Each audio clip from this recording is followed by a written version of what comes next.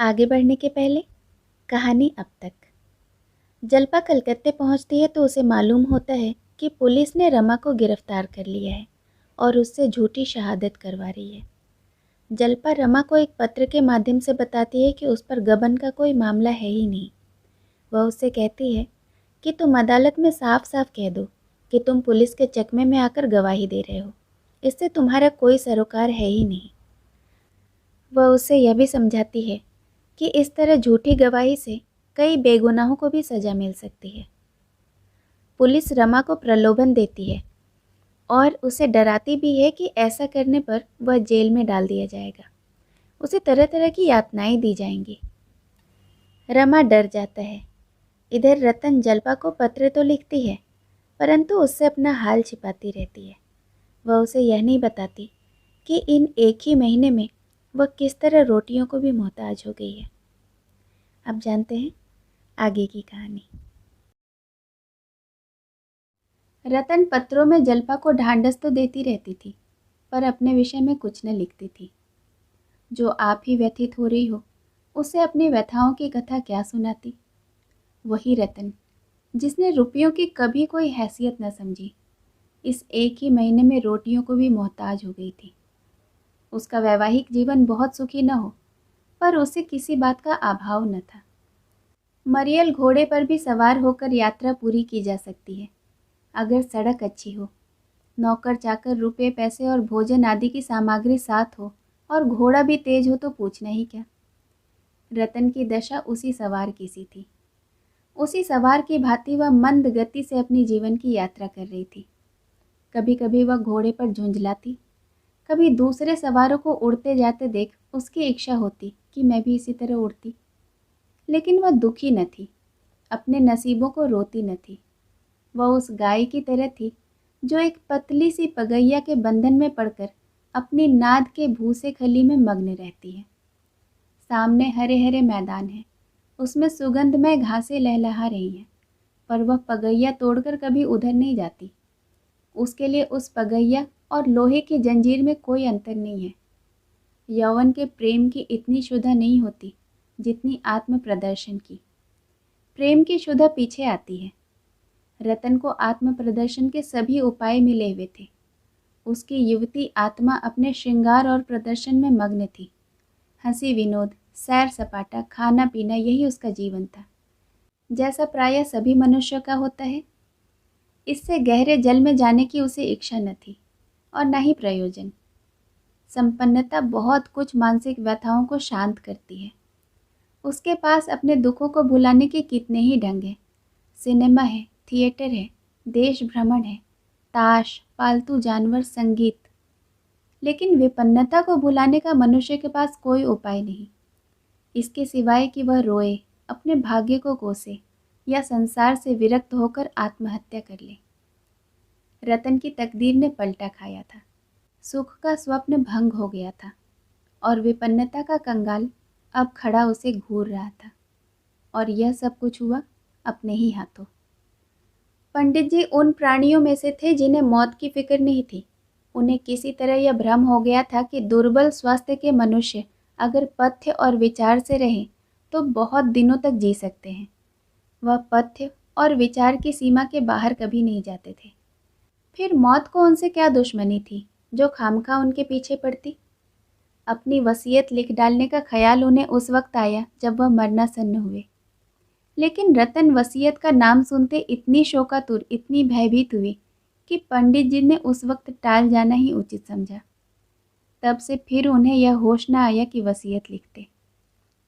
पंडित जी के देहावसान के बाद रतन का मन इतना विरक्त हो गया कि उसे किसी भी बात की सुध न रही। यह वह अवसर था जब उसे विशेष रूप से सावधान रहना चाहिए था। इस भांति सतर्क रहना चाहिए था मानो दुश्मन उसे घेरे खड़े हों। पर उसने सब कुछ मणिभूषण पर छोड़ दिया और उसी मणिभूषण ने धीरे धीरे उसकी सारी संपत्ति अपहरण कर ली। ऐसे ऐसे षड्यंत्र रचे कि सरला रतन को उसके कपट व्यवहार का आभास तक न हुआ। फंदा खूब कस गया तो उसने एक दिन आकर कहा, आज बंगला खाली करना होगा, मैंने इसे बेच दिया है। रतन ने जरा तेज होकर कहा, मैंने तो तुमसे कहा था कि अभी बंगला न बेचूंगी। मणिभूषण ने विनय का आवरण उतारकर फेंका और त्योरी चढ़ाकर बोला, आप में बातें भूल जाने की बुरी आदत है। इसी कमरे में मैंने आपसे जिक्र किया था और आपने हामी भरी थी। जब मैंने बेच दिया तो अब यह स्वांग खड़ा कर रही हैं। बंगला आज खाली करना होगा और आपको मेरे साथ चलना होगा। मैं अभी यहाँ रहना चाहती हूँ। मैं आपको यहाँ न रहने दूंगा। मैं तुम्हारी लौंडी नहीं हूँ। आपकी रक्षा का भार मेरे ऊपर है। अपने कुल की मर्यादा रक्षा के लिए मैं आपको अपने साथ ले जाऊंगा। रतन ने होठ चबाकर कहा, मैं अपनी मर्यादा की रक्षा आप कर सकती हूँ। तुम्हारी मदद की ज़रूरत नहीं है। मेरी मर्जी के बगैर तुम यहाँ से कोई भी चीज़ नहीं बेच सकते। मणिभूषण ने वज्र सा मारा, आपका इस घर पर और चाचा जी की संपत्ति पर कोई अधिकार नहीं है। वह मेरी संपत्ति है। आप मुझसे केवल गुजारे का सवाल कर सकती हैं। रतन ने विस्मित होकर कहा, तुम कुछ भंग तो नहीं खा गए हो? मणिभूषण ने कठोर स्वर में कहा, मैं इतनी भंग नहीं खाता कि बेसिर पैर की बातें करने लगूं। आप तो लिखी पढ़ी हैं, एक बड़े वकील की धर्मपत्नी थी, कानून की बहुत सारी बातें जानती होंगी। सम्मिलित परिवार में विधवा का अपने पुरुष की संपत्ति पर कोई अधिकार नहीं होता। चाचा जी और मेरे पिताजी का अभी अलगौजा नहीं हुआ है। चाचा जी यहाँ थे, हम लोग इंदौर में थे, पर इससे यह सिद्ध नहीं होता कि हम में अलगौजा हो गया। अगर चाचा जी अपनी संपत्ति आपको देना चाहते तो वसीयत अवश्य लिख जाते। यद्यपि वह वसीयत कानून के अनुसार कोई चीज़ न होती, पर हम उनका सम्मान करते। उनका कोई वसीयत न लिखना साबित कर रहा है कि वह कानून के साधारण व्यवहार में कोई बाधा न डालना चाहते थे। आज आपको बंगला खाली करना ही होगा। मोटर और अन्य वस्तुएं भी नीलाम कर दी जाएंगी। आपकी इच्छा हो मेरे साथ चलें, रहें। यहाँ रहने के लिए आपको 10-11 रुपये का मकान काफ़ी होगा। गुजारे के लिए 50 रुपये महीने का प्रबंध मैंने कर दिया है। लेना देना हो चुकने के बाद इससे ज़्यादा गुंजाइश नहीं मिलती है। रतन ने कोई जवाब न दिया। वह कुछ देर हतबुद्धि सी बैठी रही, फिर मोटर मंगवाई और सारे दिन वकीलों के पास दौड़ती फिरी। पंडित जी के कितने ही मित्र वकील थे, सभी ने उसका वृतांत सुनकर खेद प्रकट किया और वकील साहब के वसीयत न लिख जाने पर हैरत करते रहे। अब उसके लिए एक ही उपाय था, वह यह सिद्ध करने की चेष्टा करे कि वकील साहब और उनके भाई में अलगैदी हो गई है। अगर यह सिद्ध हो गया, और सिद्ध हो जाना बिल्कुल आसान था, तो रतन उस संपत्ति की स्वामिनी हो जाएगी। अगर वह यह सिद्ध न कर सकी तो उसके लिए कोई चारा ही न था। अभागिनी रतन लौट आई। उसने निश्चय किया, जो कुछ मेरा नहीं है उसे लेने के लिए झूठ का आश्रय न लूँगी, किसी तरह नहीं। मगर ऐसा कानून बनाया किसने? क्या स्त्री इतनी नीच, इतनी तुच्छ, इतनी नगण्य है? क्यों? दिन भर रतन चिंता में डूबी रही, मौन बैठी रही। इतने दिनों वह अपने आप को इस घर की स्वामिनी समझती थी। कितनी बड़ी भूल थी। पति के जीवन में जो लोग उसका मुंह ताकते थे, वे आज उसके भाग्य के विधाता हो गए। यह घोर अपमान रतन जैसी मानिनी स्त्री के लिए असहाय था। माना कमाई पंडित जी की थी, पर यह गांव तो उसी ने खरीदा था। इसमें से कई मकान तो उसके सामने ही बने थे। उसने यह एक क्षण के लिए भी ख्याल न किया कि यह एक दिन मेरी जायदाद की जीविका का आधार होगी। इतनी भविष्य की चिंता वह न कर सकती थी। उसे इस जायदाद के खरीदने में, उसके संवारने और सजाने में वही आनंद आता था जो माता को अपनी संतान को फलते फूलते देखकर होता है। उसमें स्वार्थ का भाव न था, केवल अपनेपन का गर्व था, वही ममता थी। पर पति की आंखें बंद होते ही उसके पाले और गोद के खिलाए बालक भी उससे छीन लिए गए। उसका उन पर कोई अधिकार नहीं। अगर वह जानती कि एक दिन यह कठिन समस्या उसके सामने आ जाएगी, तो वह चाहे रुपये को लुटा देती या दान दे देती, पर संपत्ति की कील अपनी छाती पर न गाड़ती। पंडित जी की ऐसी कौन बहुत बड़ी आमदनी थी? क्या वह गर्मियों में शिमले न जा सकती थी? क्या 2-4 और नौकर न रखे जा सकते थे? अगर वह गहने ही बनवाती तो एक एक मकान के मूल्य का एक एक गहना बनवा सकती थी। पर उसने इन बातों को कभी उचित सीमा के आगे बढ़ने ही न दिया, केवल यही स्वप्न देखने के लिए। यही स्वप्न, इसके सिवा और क्या था? जो कल उसका था, उसकी ओर आज आंखें उठाकर वह देख भी न सकती थी। कितना महंगा था वह स्वप्न। हाँ, वह अब अनाथिनी थी। कल तक दूसरों को भीख देती थी, आज उसे खुद भीख मांगनी पड़ेगी, और कोई आश्रय भी नहीं। पहले भी वह अनाथिनी थी, केवल भ्रमवश अपने को स्वामिनी समझ रही थी। अब उस भ्रम का सहारा भी नहीं रहा। सहसा विचारों ने पलटा खाया। मैं क्यों अपने आप को अनाथिनी समझ रही हूँ? क्या दूसरों के द्वार पर भीख मांगूं? संसार में लाखों ही स्त्रियां मेहनत मजदूरी करके जीवन का निर्वाह करती है। क्या मैं कोई काम नहीं कर सकती? मैं क्या कपड़ा नहीं सी सकती? किसी चीज की छोटी मोटी दुकान नहीं रख सकती? लड़के भी पढ़ा सकती हूँ। यही होगा ना, लोग हंसेंगे, मगर मुझे उस हंसी की क्या परवाह। वह मेरी हंसी नहीं है, अपने समाज की हंसी है। शाम को द्वार पर कई ठेले वाले आ गए। मणिभूषण ने आकर कहा, चाची जी, आप जो जो चीज़ें कहें लदवा कर भिजवा दूँ, मैंने एक मकान ठीक कर लिया है। रतन ने कहा, मुझे किसी चीज़ की ज़रूरत नहीं, न तुम मेरे लिए मकान लो। जिस चीज़ पर मेरा कोई अधिकार नहीं वह मैं हाथ से छू भी नहीं सकती। मैं अपने घर से कुछ लेकर नहीं आई थी, उसी तरह लौट जाऊंगी। मणिभूषण ने लज्जित होकर कहा, आपका सब कुछ है, या आप कैसे कहती हैं कि आपका कोई अधिकार नहीं? आप वह मकान देख लें, 15 रुपया किराया है।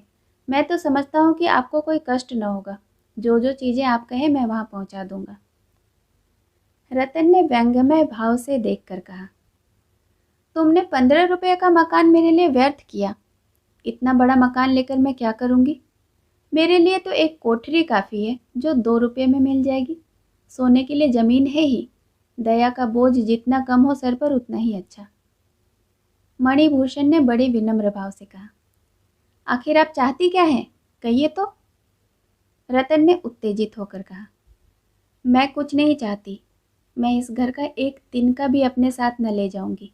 जिस चीज़ पर मेरा कोई अधिकार नहीं वह मेरे लिए वैसी ही है जैसे किसी गैर आदमी की चीज़। मैं दया की भिखारिन न बनूंगी। तुम इन चीज़ों के अधिकारी हो, ले जाओ।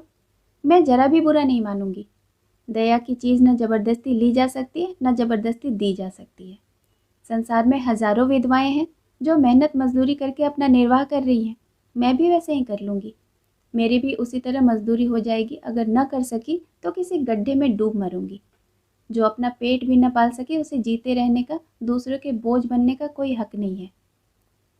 यह कहती हुई रतन घर से निकली और द्वार की ओर चली। मणिभूषण ने उसका रास्ता रोककर कहा, अगर आपकी इच्छा न हो तो मैं बंगला अभी न बेचूं। रतन ने जलती हुई आंखों से उसकी ओर देखा। उसका चेहरा तमतमाया हुआ था। आंखों में उमड़ते हुए आंसुओं को रोक कर बोली, मैंने कह दिया, इस घर की किसी चीज़ से मेरा नाता नहीं है। मैं किराए की लौंडी थी। लौंडी का घर से क्या संबंध? न जाने किस पापी ने यह कानून बनाया था। अगर ईश्वर कहीं है और उसके यहाँ कोई न्याय होता हो तो एक दिन उसी के सामने पूछूंगी कि क्या तेरे घर में माँ बहनें न थी? तुझे उनका अपमान करते लज्जा न आई? अगर मेरी ज़बान में इतनी ताकत होती कि सारे देश में मेरी आवाज़ पहुंचती तो मैं सब स्त्रियों से कहती कि बहनों, किसी सम्मिलित परिवार में विवाह न करना। अगर करना तो जब तक अपना अलग घर न बना लो, चैन की नींद मत सोना। यह मत समझो कि तुम्हारे पति के पीछे उस घर में तुम्हारे मान के साथ पालन होगा। अगर तुम्हारे पुरुष ने कोई लड़का नहीं छोड़ा है तो तुम अकेली रहो चाहे परिवार में, एक ही बात है। तुम अपमान और मजूरी से नहीं बच सकती। अगर तुम्हारे पुरुष ने कुछ छोड़ा है तो अकेली रहकर तुम उसे भोग सकती हो। परिवार में रहकर तो तुम्हें उससे हाथ ही धोना पड़ेगा। परिवार तुम्हारे लिए फूलों की सेज नहीं, कांटों की शैया है। तुम्हारा पार लगाने वाली नौका नहीं, तुम्हें निगल जाने वाला जंतु है। संध्या हो गई थी। गर्द से भरी हुई फागुन की वायु चलने से आंखों में धूल की झोंकें आ रही थी।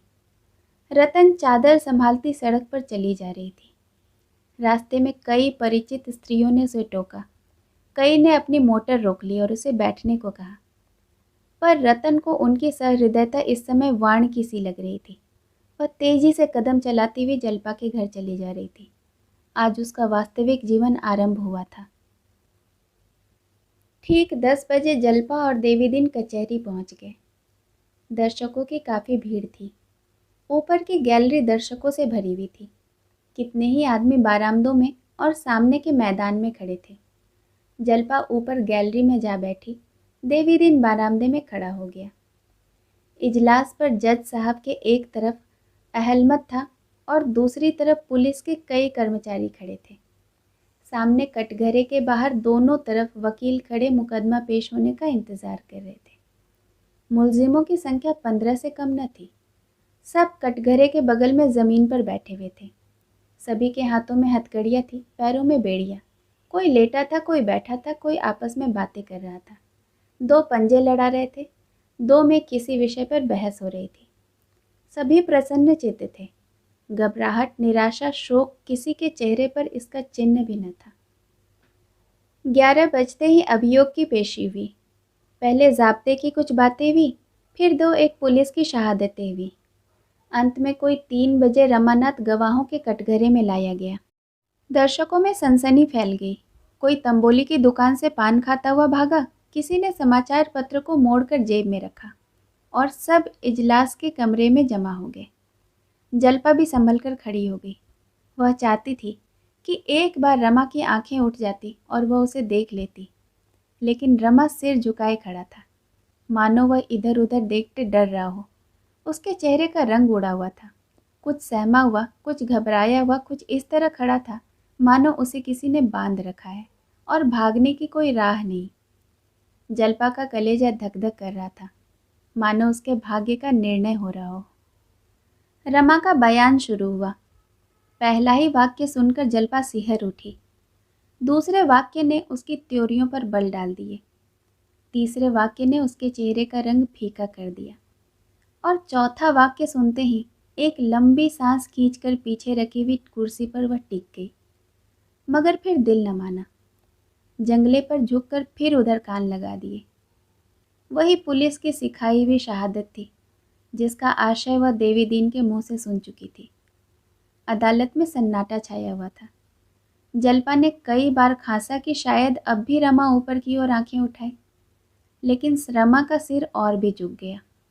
मालूम नहीं उसने जलपा के खांसने की आवाज़ पहचान ली या आत्मग्लानि के भाव का उदय हो गया। उसका स्वर और भी धीमा हो गया।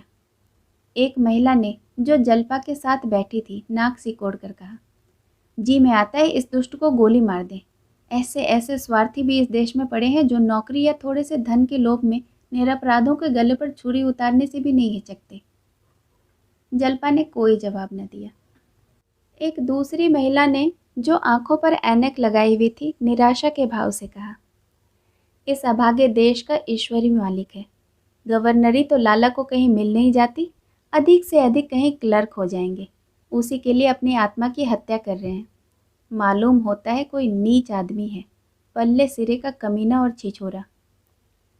तीसरी महिला ने ऐनक वाली देवी से मुस्कुराकर कहा, आदमी फैशनेबल है और पढ़ा लिखा भी मालूम होता है। भला तुम इसे पा जाओ तो क्या करो? ऐनकबाज देवी ने उद्दंडता से कहा, नाक काट लूं, बस नकटा बनाकर छोड़ दूं। और जानती हो मैं क्या करूं? नहीं, शायद गोली मार दोगी। ना, गोली ना मारूं, सरे बाजार खड़ा करके 500 जूते लगवाऊंगी। उस पर तुम्हें जरा भी दया ना आएगी? यह दया कुछ कम है। उसकी पूरी सजा तो यह है कि किसी ऊंची पहाड़ी से ढकेल दिया जाए। अगर यह महाशय अमेरिका में होते तो जिंदे जला दिए गए होते थे। एक वृद्धा ने इन युवतियों का तिरस्कार करके कहा, क्यों व्यर्थ में मुंह खराब करती हो? वह घृणा के योग्य नहीं, दया के योग्य है। देखती नहीं हो उसका चेहरा कैसा पीला हो गया है, जैसे कोई उसका गला दबाए हुए हो। अपनी माँ या बहन को देख ले तो रो पड़े। आदमी दिल का बुरा नहीं है। पुलिस ने धमका कर उसे सीधा किया है। मालूम होता है एक एक शब्द उसके हृदय को चीर चीर कर निकल रहा है। ऐनक वाली महिला ने व्यंग्य से कहा, जब अपने पांव कांटा चुभता है ना, तब आह निकलती है। जलपा अब वहाँ न ठहर सकी। एक एक बात चिंगारी की तरह उसके दिल पर गलोले डालती थी। ऐसा जी चाहता था कि इसी वक्त उठकर कह दे, या महाशय बिल्कुल झूठ बोल रहे हैं, सरासर झूठ, और इसी वक्त इसका सबूत भी दे दे। वह इस आवेश को पूरे बल से दबाई हुई थी। उसका मन अपनी कायरता पर उसे धिक्कार रहा था। क्यों वह इसी समय सारा वृतांत नहीं कह सुनाती? पुलिस उसके दुश्मन हो जाएगी, हो जाए, कुछ तो अदालत को ख्याल होगा, कौन जाने इन गरीबों की जान बच जाए। जनता को तो मालूम हो जाएगा कि यह झूठी शहादत है। उसके मुंह से एक बार आवाज़ निकलते निकलते रह गई। परिणाम के भय ने उसकी ज़बान पकड़ ली। आखिर उसने वहाँ से उठकर चले जाने में ही कुशल समझा। देवी दीन उसे उतरते देखकर बरामदे में चला आया और दया से सने हुए स्वर में बोला, क्या घर चलती हो बहू जी? जल्पा ने आंसुओं के वेग को रोक कर कहा, हाँ, अब यहाँ नहीं बैठा जाता। हाथे के बाहर निकलकर देवी दीन ने जल्पा को सांत्वना देने के इरादे से कहा, पुलिस ने जिसे एक बार बूटी सूंघा दी, उस पर किसी दूसरी चीज का असर नहीं हो सकता। जल्पा ने घृणा भाव से कहा, यह सब कायरों के लिए है। कुछ दूर दोनों चुपचाप चलते रहे। सहसा जल्पा ने कहा, क्यों दादा, अब और तो कहीं अपील न होगी? कैदियों का फैसला यही हो जाएगा? देवी दीन इस प्रश्न का आशय समझ गया। बोला, नहीं, हाई कोर्ट में अपील हो सकती है। फिर कुछ दूर तक दोनों चुपचाप चलते रहे। जल्पा एक वृक्ष की छाह में खड़ी हो गई और बोली, दादा, मेरा जी चाहता है आज जज साहब से मिलकर सारा हाल कह दूं। शुरू से जो कुछ हुआ सब कह सुनाऊं। मैं सबूत दे दूंगी तब तो मानेंगे। देवी दीन ने आंखें गड़ा कर कहा, जज साहब से? जल्पा ने उसकी आंखों से आंखें मिलाकर कहा, हाँ। देवी दीन ने दुविधा में पड़कर कहा, मैं इस बारे में बहुत कुछ नहीं कह सकता बहू जी। हाकिम का वास्ता, न जाने चित पड़े या पट। जल्पा बोली, क्या पुलिस वालों से यह नहीं कह सकता कि तुम्हारा गवाह बनाया हुआ है? हाँ, कह तो सकता है। तो मैं आज ही उससे मिलूंगी। चलो दरियाती करेंगे, लेकिन मामला जोखिम का है। क्या जोखिम है बताओ? भैया पर कहीं झूठी गवाही का इल्ज़ाम लगाकर सजा दे दे तो कुछ नहीं, जो जैसा करे वैसा भोगे। देवी दीन ने जल्पा की इस निर्ममता पर चकित होकर कहा, एक दूसरा खटका है, सबसे बड़ा डर उसी का है। जल्पा ने उद्दत भाव से पूछा, वह क्या? देवी दीन, पुलिस वाले बड़े कायर होते हैं। किसी का अपमान कर डालना तो इनकी दिल लगी है। जज साहब पुलिस कमिश्नर को बुलाकर यह सब हाल कहेंगे ज़रूर। कमिश्नर सोचेंगे कि यह औरत सारा खेल बिगाड़ रही है, इसी को गिरफ्तार कर लो। जज अंग्रेज़ होता तो निडर होकर पुलिस की तहबीह करता। हमारे भाई तो ऐसे मुकदमों में चू करते डरते हैं कि कहीं हमारे ही ऊपर न बगावत का इल्ज़ाम लग जाए। यही बात है, जज साहब पुलिस कमिश्नर से ज़रूर कह सुनावेंगे। फिर यह तो न होगा कि मुकदमा उठा लिया जाएगा, यही होगा कि कलई न खुलने पावे। कौन जाने तुम्ही को गिरफ्तार कर ले। कभी कभी जब गवाह बदलने लगता है या कलई खोलने पर उताई हो जाता है तो पुलिस वाले उसके घर वालों को दबाते हैं। इनकी माया अपरंपार है। जल्पा सहम उठी। अपनी गिरफ्तारी का उसे भय न था, लेकिन कहीं पुलिस वाले रमा पर अत्याचार न करें, इस भय ने उसे कातर कर दिया। उसे इस समय ऐसी थकान मालूम हुई मानो सैकड़ों कोस की मंजिल पार करके आई हो। उसका सारा उत्साह बर्फ के समान पिघल गया। कुछ दूर आगे चलने पर उसने देवी दीन से फिर पूछा, अब तो उनसे मुलाकात न हो सकेगी? देवी दीन ने पूछा, भैया से? हाँ। किसी तरह नहीं, पहरा और कड़ा कर दिया होगा। चाहे उस बंगले को ही छोड़ दिया हो। अब उनसे मुलाकात हो गई तो भी क्या फ़ायदा? अब किसी तरह अपना बयान नहीं बदल सकते। कुछ दूर और चलकर जल्पा ने कहा, मैं सोचती हूँ घर चली जाऊँ, यहाँ रहकर अब क्या करूँगी? देवी दीन ने करुणा भरी आंखों से उसे देखकर कहा, नहीं बहू, अभी मैं न जाने दूँगा। तुम्हारे बिना अब हमारे यहाँ पल भर भी जीने लगेगा। बुढ़िया तो रो रो कर प्राण दे देगी। अभी यहीं रहो, देखो क्या फ़ैसला होता है। भैया को मैं इतने कच्चे दिल का आदमी नहीं समझता था। तुम लोगों की बिरादरी में सभी नौकरी पर जान देते हैं। मुझे तो कोई 100 रुपये भी तलब दे तो नौकरी न करूं। अपने रोजगार की बात ही कुछ और है। इसमें आदमी कभी थकता ही नहीं। नौकरी में जहाँ 5 से 6 घंटे हुए कि देह टूटने लगती है, जम्हाइयाँ आने लगती हैं। रास्ते में और कोई बातचीत न हुई। जल्पा का मन अपनी हार मानने के लिए किसी तरह राजी न होता था। वह परास्त होकर भी दर्शक की भांति या अभिनय देखने से ही संतुष्ट न हो सकती थी। वह उस अभिनय में सम्मिलित होने और अपना पार्ट खेलने के लिए विवश हो रही थी। क्या एक बार फिर रमा से मुलाकात न होगी? उसके हृदय में उन जलते हुए शब्दों का एक सागर उमड़ रहा था जो वह उससे कहना चाहती थी। उसे रमा पर जरा भी दया न आती थी, उससे रत्ती भर भी सहानुभूति न होती थी। वह उससे कहना चाहती थी, तुम्हारा धन, तुम्हारा वैभव, तुम्हें मुबारक हो। जल्पा उसे पैरों से ठुकराती है। तुम्हारे खून से रंगे हुए हाथों के स्पर्श से मेरे देह में छाले पड़ जाएंगे। जिसने धन और पद के लिए अपनी आत्मा बेच दी, उसे मैं मनुष्य नहीं समझती। तुम मनुष्य नहीं हो, तुम पशु भी नहीं हो, तुम कायर हो।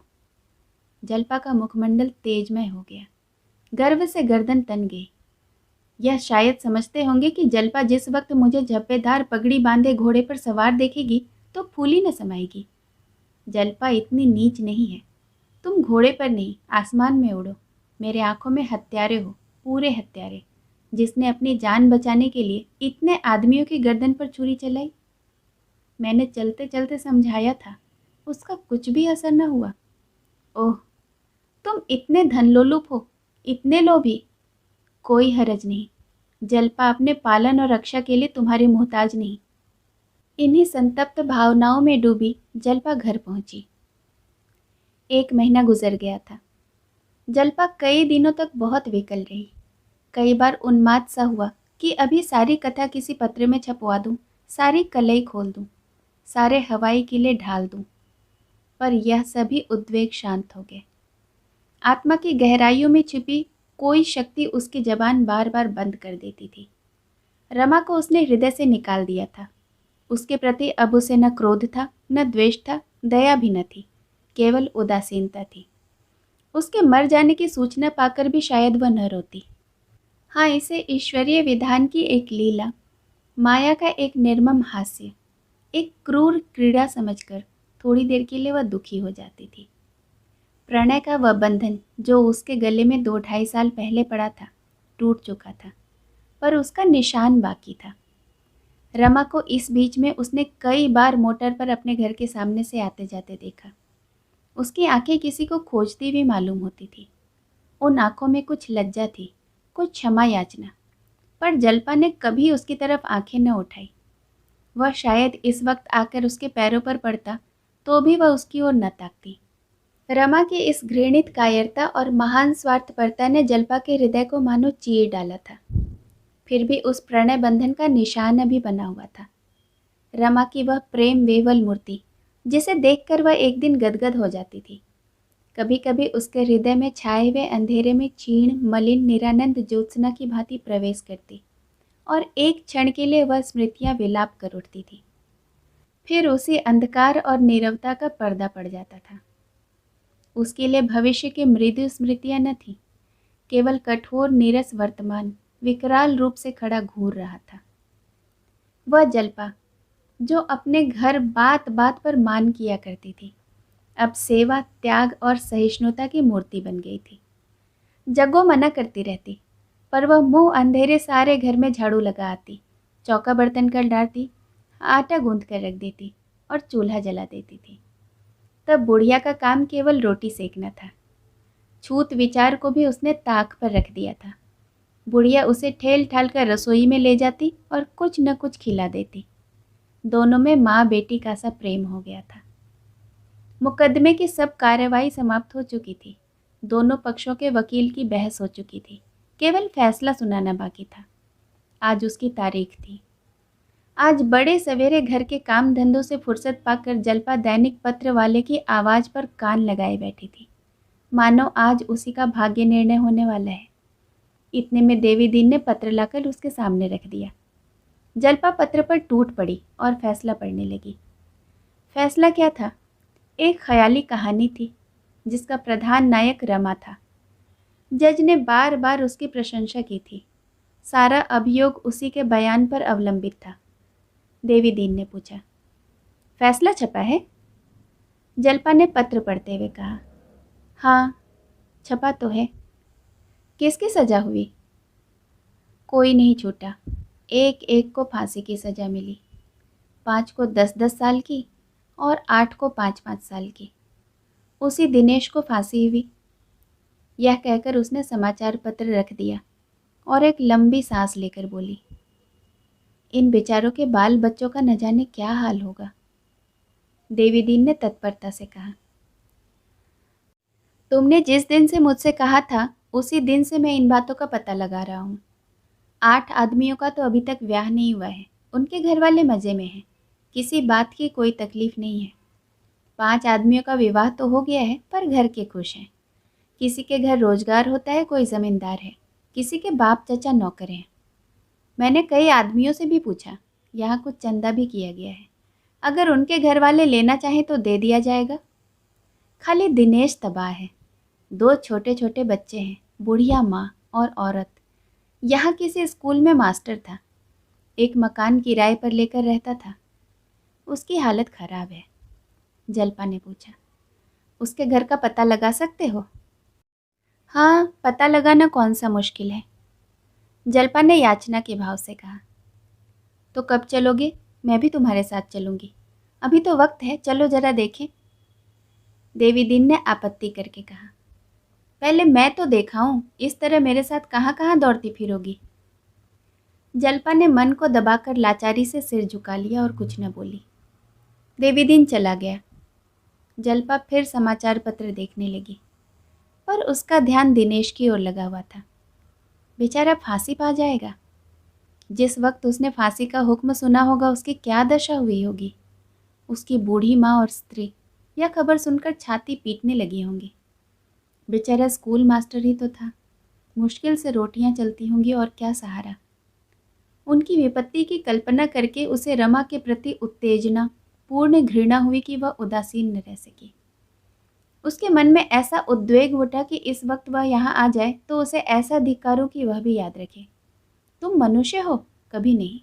तुम मनुष्य के रूप में राक्षस हो, राक्षस। तुम इतने नीच हो कि उसको प्रकट करने के लिए कोई शब्द ही नहीं है। तुम इतने नीच हो कि आज कमीने से कमीना आदमी भी तुम्हारे ऊपर थूक रहा है। तुम्हें किसी ने पहले ही क्यों न मार डाला? इन आदमियों की जान तो जाती ही, पर तुम्हारे मुंह पर तो कालिख न लगती। तुम्हारा इतना पतन कैसे हुआ? जिसका पिता इतना सच्चा, इतना ईमानदार हो, वह इतना लोभी, इतना कायर। शाम हो गई पर देवीदीन न आया। जल्पा बार बार खिड़की पर खड़ी होकर इधर उधर देखती थी, पर देवीदीन का पता न था। धीरे धीरे 8 बज गए और देवी न लौटा। सहसा एक मोटर द्वार पर आकर रुकी और रमा ने उतरकर जग्गो से पूछा, सब कुशल मंगल है ना दादी? दादा कहाँ गए हैं? जग्गो ने एक बार उसकी ओर देखा और मुंह उधर कर लिया। केवल इतना बोली, कहीं गए होंगे, मैं नहीं जानती। रमा ने सोने की 4 चूड़ियां जेब से निकालकर जग्गो के पैरों पर रख दी और बोला, यह तुम्हारे लिए लाया हूँ दादी, पहनो, ढीली तो नहीं है। जग्गो ने चूड़ियां उठाकर जमीन पर पटक दी और आंखें निकाल कर बोली, जहाँ इतना पाप समा सकता है वहाँ 4 चूड़ियों की जगह नहीं है। भगवान की दया से बहुत चूड़ियां पहन चुकी हूँ, अब भी 1.5 सेर सोना पड़ा होगा, लेकिन जो खाया पहना अपनी मेहनत की कमाई का। किसी का गला नहीं दबाया, पाप की गठरी सिर पर नहीं लादी, नीयत नहीं बिगाड़ी। उस कोख में आग लगे जिसने तुम जैसे कुपूत को जन्म दिया, या पाप की कमाई लेकर तुम बहू को देने जाओगे? समझते हो तुम्हारे रुपयों की थैली देखकर वह लट्टू हो जाएगी? इतने दिन उसके साथ रहकर भी तुम्हारी लोभी आंखें उसे न पहचान सकी। तुम जैसे राक्षस उस देवी के योग्य न थे। अगर अपनी कुशल चाहते हो तो इन्हीं पैरों से लौट जाओ। उसके सामने जाकर क्यों अपना पानी उतरवाओगे? तुम आज पुलिस के हाथों जख्मी होकर मार खाकर आए होते, तुम्हें सजा हो गई होती, तुम जेल में डाल दिए गए होते, तो बहू तुम्हारी पूजा करती, तुम्हारे चरण धो धो कर पीती। वह उन औरतों में से है जो चाहे मजूरी करे, उपास करे, फटे चीथड़े पहने, पर किसी की बुराई नहीं देख सकती। अगर तुम मेरे लड़के होते तो तुम्हें जहर दे देती। क्यों खड़े मुझे जला रहे हो? चले क्यों नहीं जाते? मैंने तुमसे कुछ लिया तो नहीं है। रमा सिर झुकाए चुपचाप सुनता रहा, तब आहत स्वर में बोला, दादी मैंने बुराई की है और इसके लिए मरते दम तक लज्जित रहूँगा, लेकिन तुम मुझे जितना नीच समझ रही हो उतना नीच मैं नहीं हूँ। अगर तुम्हें मालूम होता कि पुलिस ने मेरे साथ कैसी कैसी सख्तियाँ की, मुझे कैसी कैसी धमकियाँ दी, तो तुम मुझे राक्षस न कहती। जल्पा के कानों में इस आवाज़ की भनक पड़ गई। उसने जीने से झांक कर देखा। रमानाथ खड़ा था। सिर पर बनारसी रेशमी साफा था, रेशम का बढ़िया कोट, आंखों पर सुनहरा ऐनक। इस 1 महीने में उसकी देह निखर आई थी, रंग और भी अधिक गोरा हो गया था। ऐसी कांति उसके चेहरे पर कभी न दिखाई दी थी। उसके अंतिम शब्द जल्पा के कानों में पड़ गए। बाज की तरह टूटकर धम धम करती हुई नीचे आई और जहर में डूबे हुए वाणों से उस पर प्रहार करती हुई बोली, अगर तुम सख्तियों और धमकियों से इतना दब सकते हो तो तुम कायर हो। अपने को मनुष्य कहने का तुम्हें कोई अधिकार नहीं है। क्या सख्तियां की थी जरा सुनो। लोगों ने तो हंसते हंसते सिर कटा दिए, अपने बेटों को मरते देखा है, पर सच्चाई से जौ भर भी नहीं हटे। तुम भी तो आदमी हो, तुम क्यों धोखे में आ गए? क्यों नहीं छाती खोलकर खड़े हो गए कि इसे गोली का निशाना बना लो, पर मैं झूठ न बोलूँगा? क्यों नहीं सिर झुका दिया? देह के भीतर इसलिए आत्मा रखी गई है कि देह उसकी रक्षा करे, इसीलिए नहीं कि उसका सर्वनाश कर दे। इस पाप का क्या पुरस्कार मिला जरा मालूम तो हो? रमा ने दबी हुई आवाज में कहा, अभी तो कुछ नहीं। जल्पा ने सरपेणी की भांति फुमकार कर कहा, यह सुनकर मुझे बड़ी खुशी हुई। ईश्वर करे तुम्हारे मुंह पर कालिख लगकर भी तुम्हें कुछ न मिले। मेरी ये सच्चे दिल से प्रार्थना है। लेकिन नहीं, तुम जैसे मोम के पुतलों को पुलिस वाले कभी नाराज न करेंगे। तुम्हें कोई न कोई जगह जरूर मिलेगी और शायद अच्छी ही मिले, मगर जिस जाल में तुम फंसे हो उसमें से निकल नहीं सकते। झूठी गवाही, झूठे मुकदमे बनाना, पाप का व्यापार करना ही तुम्हारे भाग्य में लिखा है। जाओ, शौक से जिंदगी के मजे लूटो। मैंने तुमसे पहले ही कह दिया है, आज फिर कहती हूँ, मेरा तुमसे कोई नाता नहीं। मैंने समझ लिया कि तुम मर गए, तुम भी समझ लो कि मैं मर गई। बस जाओ। मैं औरत हूँ, लेकिन अगर कोई मुझे धमका कर पाप कराना चाहे तो मैं उसकी गर्दन पर छुरा चला दूंगी। क्या तुम में औरतों के बराबर भी हिम्मत नहीं? रमा ने भिक्षुकों की भांति गिड़गिड़ा कर कहा, तुम मेरा कोई उज्र न सुनोगी? जल्पा ने अभिमान से कहा, नहीं। तो मैं मुंह पर कालिख लगाकर निकल जाऊं? तुम्हारी खुशी? तुम मुझे क्षमा न करोगी? कभी नहीं, किसी तरह नहीं। रमा एक क्षण सिर झुकाए खड़ा रहा, तब धीरे धीरे बरामदे के नीचे आकर जग्गू से बोला, दादी, दादा आए तो कह देना मुझसे जरा देर मिल ले, जहाँ कहें आ जाऊं। जग्गू ने कुछ पिघल कर कहा, कल यहीं चले आना। रमा ने मोटर पर बैठते हुए कहा, अब यहाँ ना आऊँगा दादी। मोटर चल गई तो जल्पा ने कुत्सित भाव से कहा, मोटर दिखाने आए थे, जैसे खरीद ही तो लाए हों। जग्गू ने भर्त्सना की, तुम्हें इतना बेलगाम न होना चाहिए था बहू। दिल पर चोट लगती है तो आदमी को कुछ नहीं सूझता। जल्पा ने निष्ठुरता से कहा, ऐसे हयादार नहीं है दादी, इसी सुख के लिए तो आत्मा बेची है, उनसे यह सुख भला क्या छोड़ा जाएगा? पूछा नहीं दादा से मिलकर क्या करोगे? वह होते तो ऐसी फटकार सुनाते कि छठी का दूध याद आ जाता। जग्गू ने तिरस्कार के भाव से कहा, तुम्हारी जगह मैं होती तो मेरे मुंह से ऐसी बातें न निकलती। तुम्हारा हृदय बड़ा कठोर है। दूसरा मर्द होता तो इस तरह चुपचाप सुनता नहीं। मैं तो थर थर काँप रही थी कि कहीं तुम्हारे ऊपर हाथ न चला दे, मगर है बड़ा गमखोर। जल्पा ने उसी निष्ठुरता से कहा, इसे गमखोरी नहीं कहते दादी, यह बेहयाई है।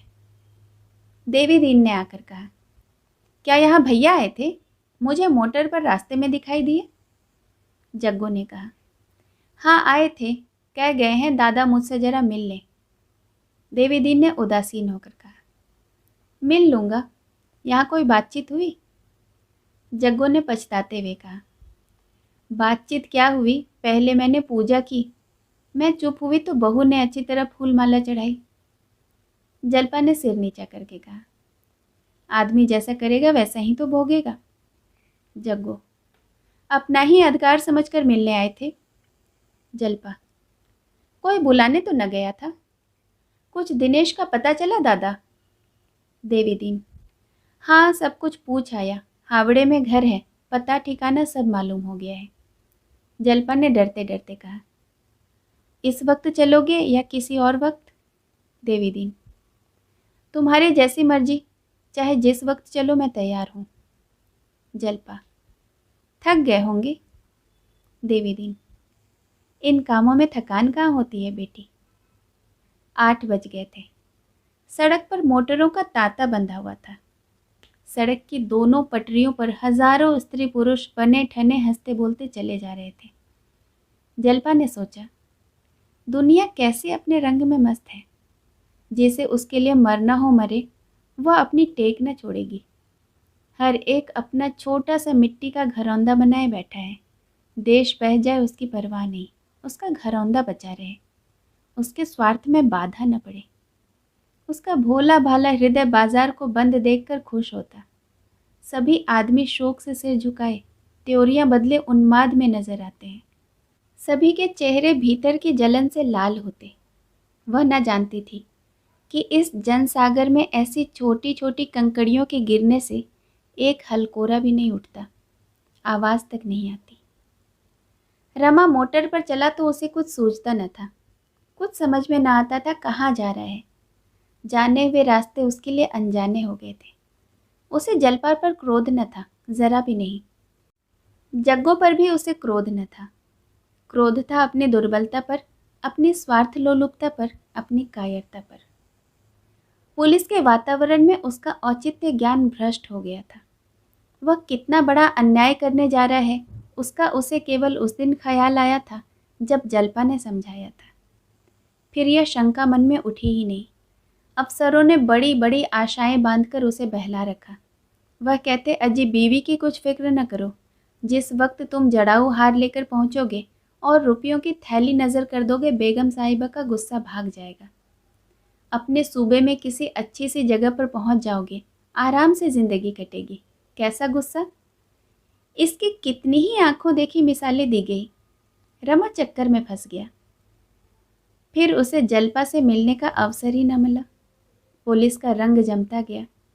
आज वह जड़ाऊ हार जेब में रखे जल्पा को अपनी विजय की खुशखबरी देने गया था। वह जानता था जल्पा पहले कुछ नाव भाव सिकोड़ेगी, पर यह भी जानता था कि यह हार देखकर वह जरूर खुश हो जाएगी। कल ही संयुक्त प्रांत के होम सेक्रेटरी के नाम कमिश्नर पुलिस का पत्र उसे मिल जाएगा। 2-4 दिन यहाँ खूब सैर करके घर की राह लेगा। देवीदीन और जग्गो को भी वह अपने साथ ले जाना चाहता था। उनका एहसान वह कैसे भूल सकता था। यही मंसूबे बांधकर वह जल्पा के पास गया था, जैसे कोई भक्त फल और नैवेद्य लेकर देवता की उपासना करने जाता हो। पर देवता ने वरदान देने के बदले उसके थाल को ठुकरा दिया। उस नैवेद्य की ओर ताकने की वह साहस न कर सकता था। उसने सोचा, इसी वक्त जज के पास चलूं और सारी कथा कह सुनाऊं। पुलिस मेरी दुश्मन हो जाए, मुझे जेल में सजा डाल दे, कोई परवाह नहीं, सारी कलई खोल दूंगा। क्या जज अपना फैसला नहीं बदल सकता? अभी तो सभी मुलजिम हवालात में हैं। पुलिस वाले खूब दांत पीसेंगे, शायद मुझे कच्चा ही खा जाएं। इसी दुर्बलता ने तो मेरे मुंह पर कालिख लगा दी। जल्पा की वह क्रोधान्मुता मूर्ति उसके सामने आकर खड़ी हो गई। ओह, कितने गुस्से में थी। मैं जानता कि वह इतना बिगड़ेगी तो चाहे दुनिया इधर की उधर हो जाती, अपना बयान बदल देता। बड़ा चकमा दिया इन पुलिस वालों ने। अगर कहीं जज ने कुछ नहीं सुना और मुलजिमों को बरी नहीं किया तो जल्पा मेरा मुंह न देखेगी। मैं उसके पास कौन सा मुंह लेकर जाऊंगा? फिर जिंदा रहकर क्या करूंगा? किसके लिए? उसने मोटर रोकी और इधर उधर देखने लगा। कुछ समझ में ना आया कहाँ आ गया। सहसा एक चौकीदार नजर आया। उसने उससे जज के बंगले का पता पूछा। चौकीदार हंसकर बोला, हुजूर तो बहुत दूर निकल आए, यहाँ से तो 6-7 मील से कम न होगा। वह उधर चौरंगी की ओर रहते हैं। रमा चौरंगी का रास्ता पूछकर फिर चला। 9 बज गए थे। उसने सोचा जज साहब से मुलाकात न हुई तो सारा खेल बिगड़ जाएगा। बिना मिले हिलूंगा नहीं। अगर उन्होंने सुन लिया तो ठीक है, नहीं तो कल हाई कोर्ट के जजों से कहूँगा, कोई तो सुनेगा। सारा वृतांत समाचार पत्रों में छपवा दूंगा, तब तो सबकी आंखें खुलेंगी। मोटर 30 मील की चाल से चल रही थी। 10 मिनट में ही चौरंगिया पहुंची। यहाँ अभी तक वही चहल पहल थी, मगर रमा उसी फर्राटे से मोटर लिए जाता था। सहसा एक पुलिसमैन ने लाल बत्ती दिखाई। वह रुक गया। सिर बाहर निकाल कर देखा तो वही दारोगा जी।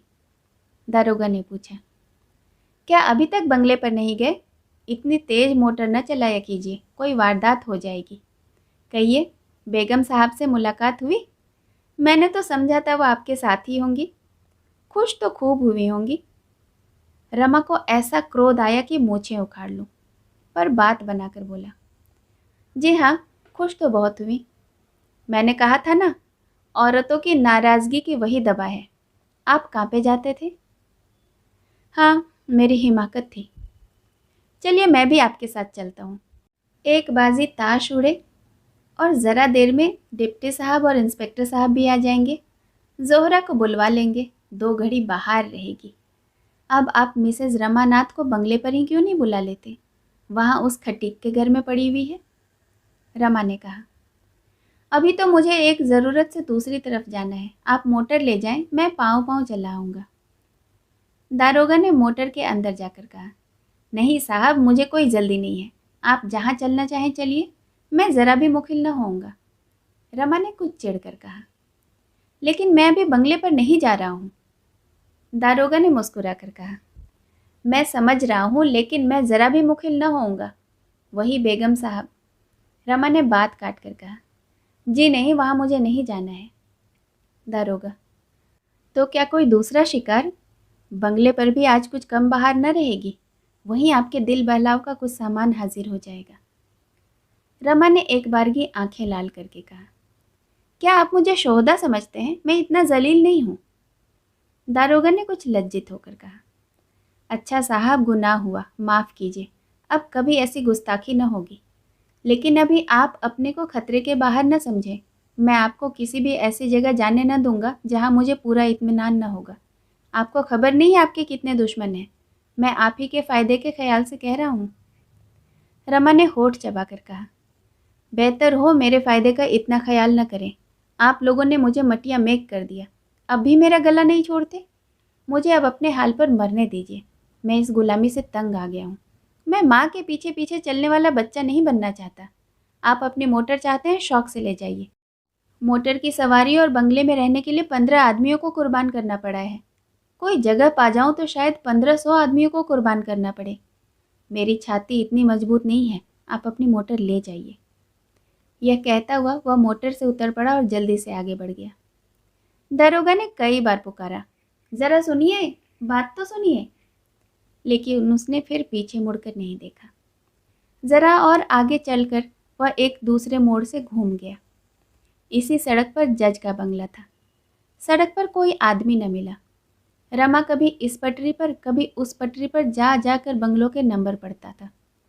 सहसा एक नंबर देखकर वह रुक गया। 1 मिनट तक खड़ा देखता रहा कि कोई निकले तो उससे पूछूं कि साहब हैं या नहीं। अंदर जाने की हिम्मत न पड़ती थी। ख्याल आया, अगर जज ने पूछा तुमने झूठी गवाही क्यों दी तो क्या जवाब दूंगा। यह कहना कि पुलिस ने मुझसे ज़बरदस्ती गवाही दिलवाई, प्रलोभन दिया, मारने की धमकी दी, लज्जास्पद बात है। अगर वह यह पूछें कि तुमने 2-3 साल की सज़ा से बचने के लिए इतना बड़ा कलंक सिर पर ले लिया, इतने आदमियों की जान लेने पर उतारू हो गए, उस वक्त तुम्हारी बुद्धि कहाँ गई थी, तो उसका क्या जवाब है मेरे पास। खामखा लज्जित होना पड़ेगा, बेवकूफ़ बनाया जाऊंगा। वह लौट पड़ा। इस लज्जा का सामना करने की सामर्थ्य उसमें न थी। लज्जा ने सदैव वीरों को परास्त किया है। जो काल से भी नहीं डरते, वे भी लज्जा के सामने खड़े होने की हिम्मत नहीं करते। आग में झुक जाना, तलवार के सामने खड़े हो जाना, इसकी अपेक्षा कहीं ज़्यादा सहज है। लाज की रक्षा के लिए ही तो बड़े बड़े राज्य मिट गए, रक्त की नदियाँ बह गई, प्राणों की होली खेल डाली गई है। उसी लाज ने आज रमा के पग भी पीछे हटा दिए। शायद जेल की सज़ा से वह इतना भयभीत न होता। शेष कहानी अगले भाग में। सुनने के लिए बहुत बहुत धन्यवाद।